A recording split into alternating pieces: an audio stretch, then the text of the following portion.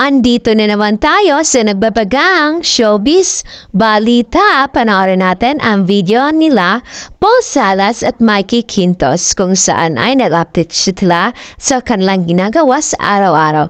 Panoorin natin ang video nila.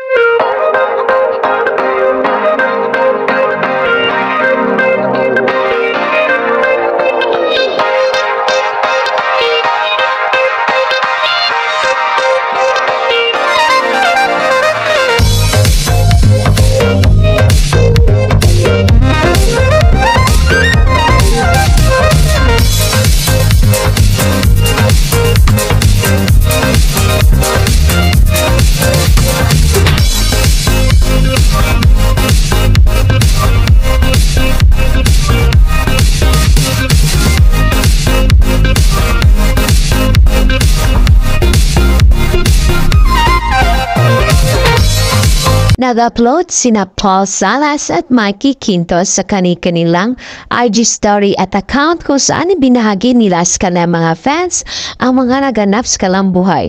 Isa na dito ang pagtanggap nila ng isang branded na sleeper. At ibinahagi nga nila dito sa kanilang IG account at napapasalamat sila sa nasabing branded nga nagpadala sa kanila. At nag-upload din ng video si Paul kung saan ibinahagi niya ang kanyang bagong endorsement ng isang brand ng motor. At si Mikey naman ay nagbahagi ng video kung saan ay ibinahagi niya ang klinik kung saan pumupunta siya kasama ang kanyang mami para magpaliit ng kanyang mukha. At ibinahagi din na ang isang video sa kanyang show sa isang event. Panoorin natin ang kabuuan na nasabing video nila Paul Salas at Mikey Quintos at huwag kalimutang maglagay ng komento dito.